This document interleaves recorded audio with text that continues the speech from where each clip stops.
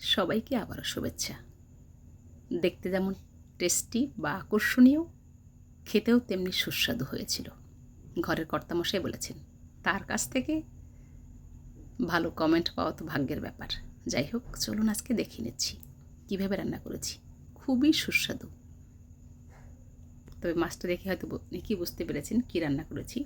পাবদা মাছ, জ্যান্ত পাবদা, কেটে বেছে একটু কেচে মশলা মাখিয়ে নিয়েছি। এখানে নুন, হলুদ রয়েছে, শুকনো লঙ্কা আর কাঁচা জিরে আর রয়েছে সর্ষে। এটাকে একদম শিল নোড়ায় বেটে নিয়েছি। তারপর কিন্তু হালকা ছেঁকেও নিতে পারেন, না ছেঁকলেও প্রবলেম নেই। অনেকক্ষণ ধরে মাখিয়ে রাখলাম, সাথে কয়েক ফোঁটা সর্ষে তেলও আছে।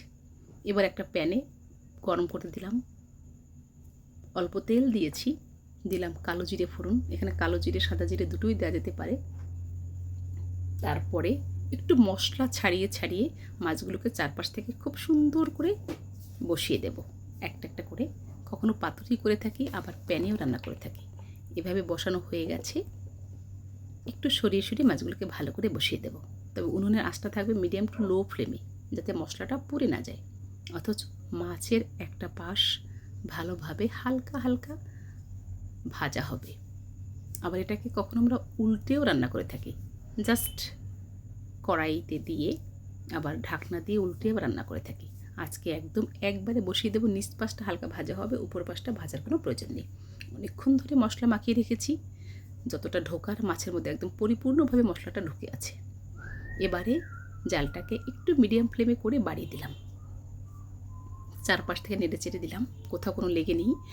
নিচ পাশটা দেখিয়ে বুঝতে পেরেছেন হয়ে গেছে। এবার আস্তে করে ঢাকনাটা ধরে কিংবা এর যে কোনো কিছু দিয়ে ধরে আস্তে আস্তে করে একটু ঘুরিয়ে ঘুরিয়ে নেড়ে চেড়ে নেব। খুন্তি দিয়ে বেশি নাড়াচাড়া করলে ভেঙে যেতে পারে। মাছটা খুবই নরম মাছ, তবে অনেকেই খেতে পছন্দ করেন।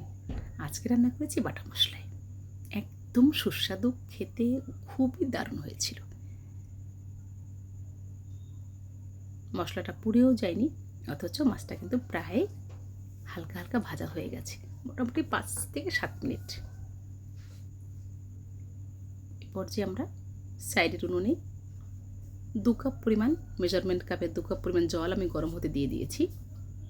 এটা আমি যখনই জলটা গরম হয়ে যাবে এখানে দিয়ে দেব। আর কিন্তু কোনো কিছু তেমন ব্যবহার করার প্রয়োজন নেই। যা কিছু দরকার একবারেই বেটে মেখে দিয়েছি। আবারও বলবো, জিরে, সর্ষে, কাঁচা লঙ্কা, একটু শুকনো লঙ্কা, নুন, হলুদ আর তেল অল্প। এবার জলটা ঢেলে দিলাম। উপর থেকে 2 বা 3টে কাঁচা লঙ্কা দিয়েছি। এটা একদমই অপশনাল, যারা কাঁচা খেতে পছন্দ করেন কিংবা লঙ্কা পাতে খেতে পছন্দ করেন তাদের জন্য। এবার এটা কিন্তু হয়ে গেছে। নামানোর আগে উনুনটাকে একদম লো করে দিয়ে উপর থেকে একটু ধনেপাতা, কখনো 2-1 ফোঁটা কাঁচা সর্ষের তেলও ব্যবহার করতে পারেন। দারুণ টেস্টি এই রান্না, যেমন সহজ তেমনি খেতে সুস্বাদু। আশা করি আপনাদের ভালো লাগবে।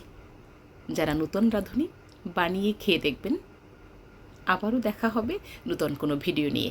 সবাই ভালো থাকুন, সুস্থ থাকুন।